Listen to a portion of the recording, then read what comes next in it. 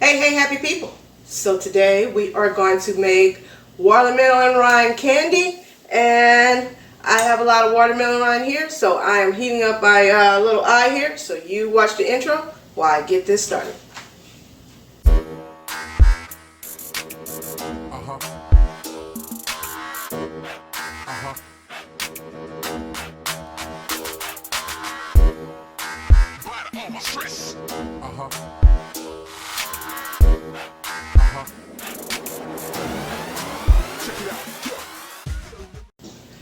Okay, so to start out making our watermelon rind candy, of course we need watermelon rind, and I'll just show you right here how I did that. Just cut up my watermelon and cut the rind off, cut the skins off, and diced up the rind. I left a little bit of the watermelon on there just to give it a nice color and a little sweetness. I really did this because the watermelon itself, when I busted open, it was not sweet whatsoever. Like, its seeds in it were still white, none of them had brown, but it was not sweet. So I'm not gonna like eat the watermelon just by itself. I'm gonna some jello or something. Anyway, back to making our candy. You need a pot, and after you cut up all your rind, I don't know how much this is, it was just one whole watermelon, that's all I can say. You are going to have to put your watermelon rind in your pot.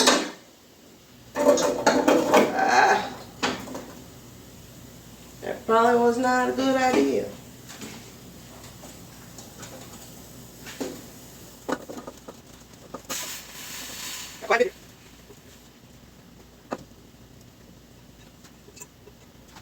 And now we just have to cover this with some water. You just, how much ever rind you have, you just want to cover it with the water.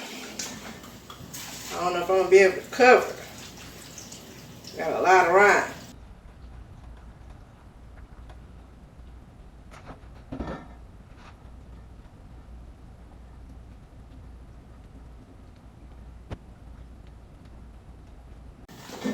Alright, now I'm just going to let that boil for about 5 minutes there. Cook for about, bring it up to a boil and boil it for about 5 minutes. I'll be right back. Okay, so I'm back. It has been, well, it's been about 10 minutes for me because I have a large pot full of them compacted. But it has come to a boil and my rind is now soft. As you guys can see, that's what you're looking for, just for it to be soft there. Somewhat translucent. It doesn't have to be completely translucent, but we're just going to cut the fire off here. Now we have to make a brine for this, and I have 1 quart of water here and 1/4 of a cup of sea salt.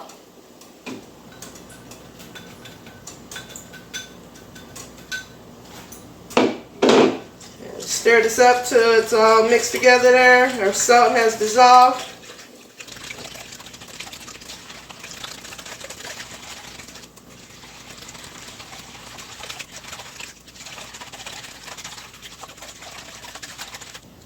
Alright, my salt has just about dissolved all the way there. So now we're just going to strain out our rind right into, I might need more water and salt for this.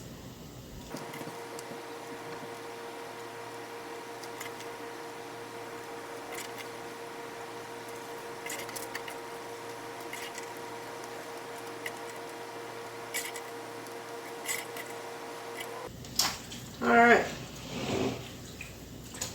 Get that all mixed up together there.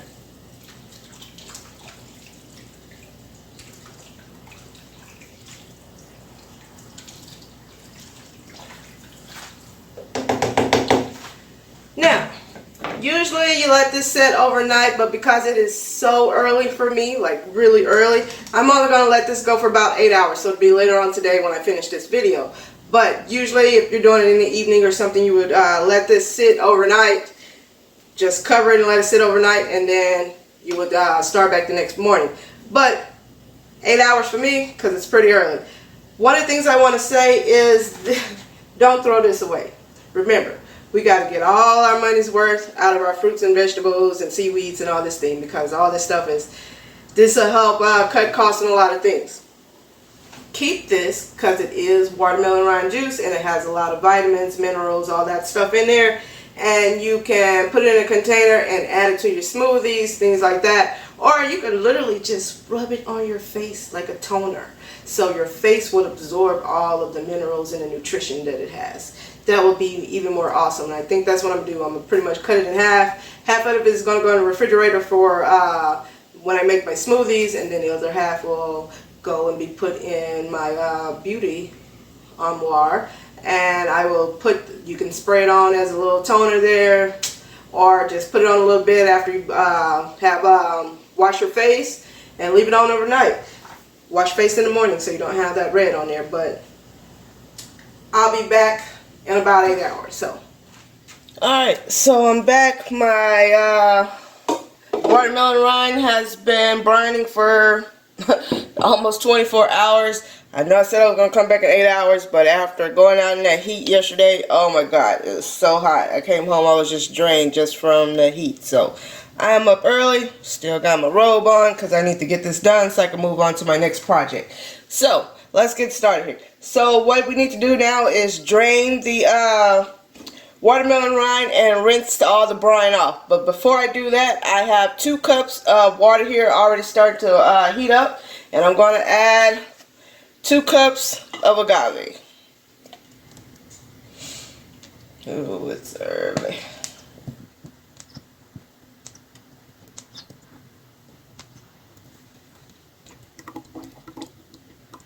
Actually, I think I'm only going to add like a cup and a half. This is the dark one and it's pretty sweet, so.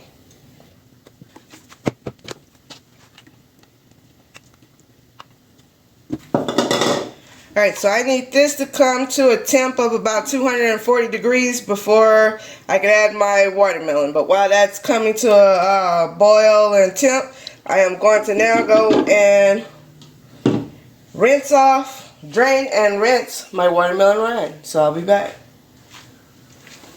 Okay, so our pot has come to about 240 degrees. I have drained my watermelon rind, so I'm just going to scoop this in here. Do not try to just pour this all in there because it'll splash everywhere and you do not want that hot syrup on you. You're going to lose some skin.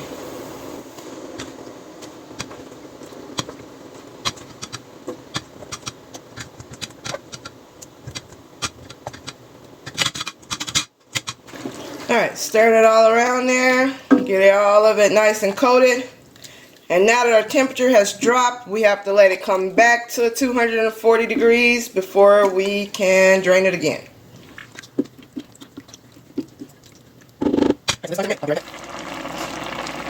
Alright, so now our watermelon rind has come up to temp here. As you can see, it then started to look like almost preserves there, very translucent. So I have here my bowl of agave sweetener, agave crystals. Can y'all see that? And I have parchment paper here, a cookie sheet lined with parchment paper, and it has agave crystals on it. So what I'm going to do now is I'm just going to drain this. First I'm going to turn this off. Let's just do that first. Alright. So I'm going to try to drain a little bit of that juice off there so my crystals don't get too clumpy.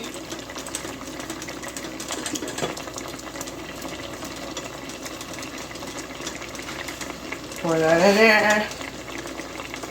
Get them all mixed up.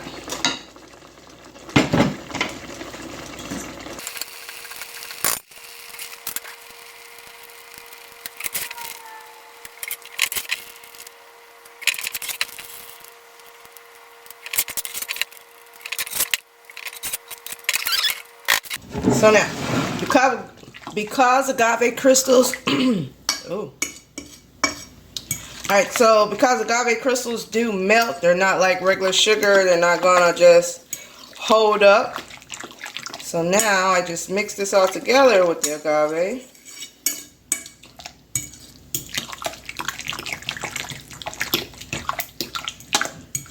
And everything get all nice and sugary there. Now I'm just going to add them to my pan. Try to spread them out as much as possible.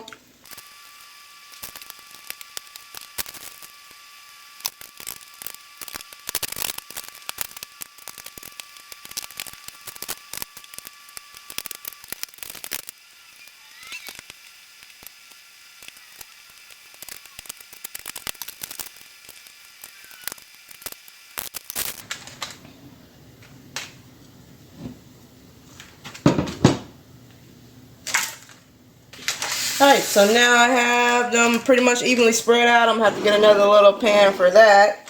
But I don't want to overcrowd my pan here. I am just going to sprinkle a little bit of agave sweetener just across the top here, and then when it's all cool, we'll do it again, because again, agave is going to melt right into it while it's warm. So once it's cool, I'll add some more so it'll just be on top like.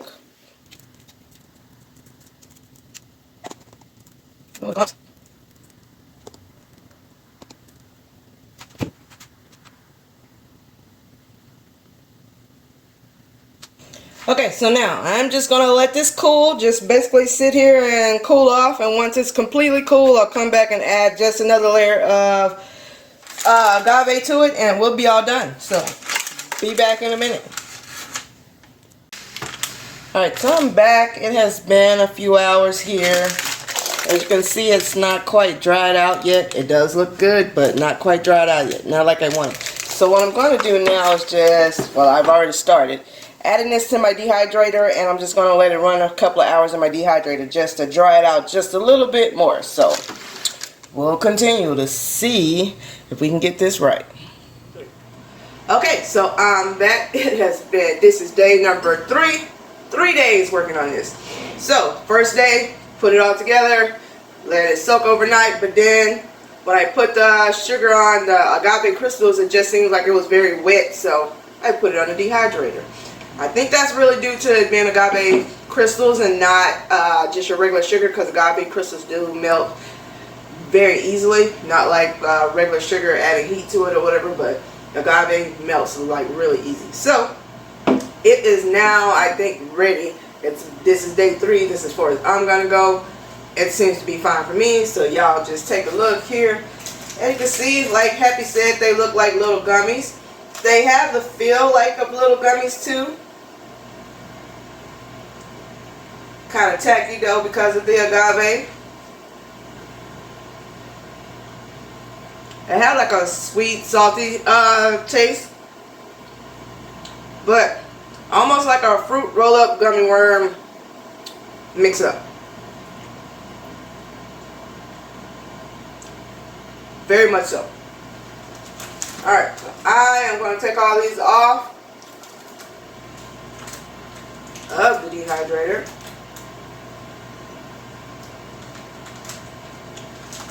And that is it. This is probably the longest running video I've made, even though it'll be shorter for you guys, but 3 days, that's the longest I've spent on one video without doing the editing. So, I'll say make these, just know it's going to take some time. When you're using agave, you're going to have to actually dehydrate it and not just let it sit out and dry, because it will never dry. The agave is never going to evaporate 100% completely, like even though it's not evaporated all the way on here, it's tacky. So, just be aware, this is going to take you a few days to make. It's not going to be something you'd be like, oh, I got some watermelon rind, I'm just going to make some candy so we can have tonight. No, no, no. You're going to need to actually like prepare for this to be in the works for a few days. So, until the next time, people, you guys stay happy.